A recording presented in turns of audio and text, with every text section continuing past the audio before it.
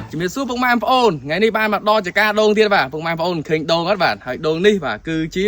បាទដងរបស់បាទលោកពូនេះតោះដែលគាត់បានបាទកាត់ឲ្យខ្ញុំបាទ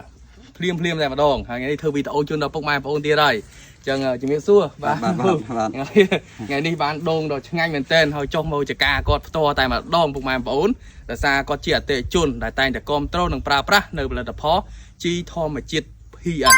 បាទលោកពូជីធម្មជាតិ PN ប្រើប្រហែលឆ្នាំហើយ2ឆ្នាំជាងហើយ3ឆ្នាំបាទប្រើ2-3ឆ្នាំហើយអ្វីដែលកាន់តែពិសេសពុកម៉ែបងប្អូននេះបាទមកមើល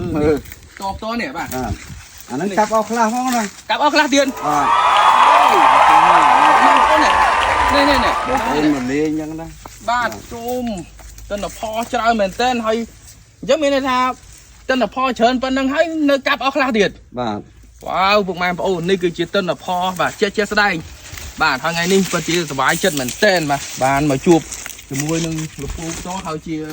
ម្ចាស់ចការផ្ទាល់ផងដែរបាទអញ្ចឹងសម្រាប់ពុកម៉ែបងប្អូនលោកពូអ្នកមីងតែត្រូវការបាទតាក់ទងជាមួយនឹងជីបាទធម្មជាតិ PN យកទៅប្រើប្រាស់លើដំណាំបាទកសិកម្មជាពិសេសទៅលើដំណាំដូងដែលលោកពូបានប្រើទៅបានផលច្រើននេះអាចតាក់ទងមកតាមរយៈលេខទូរស័ព្ទខ្ញុំបាទផ្ទាល់បាទ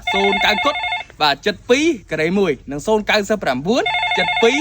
បាទការ៉េ1បាទតាក់ទងឥឡូវបាទនឹងសម្របរួលដឹងជូនដល់ពុកម៉ែបងប្អូនដល់ទីកន្លែងផងដែរហើយពុកម៉ែបងប្អូនបាទមានទិន្នផលជាក់ស្ដែងបាទចាំអីទៀតបាទហើយថ្ងៃនេះបានជួប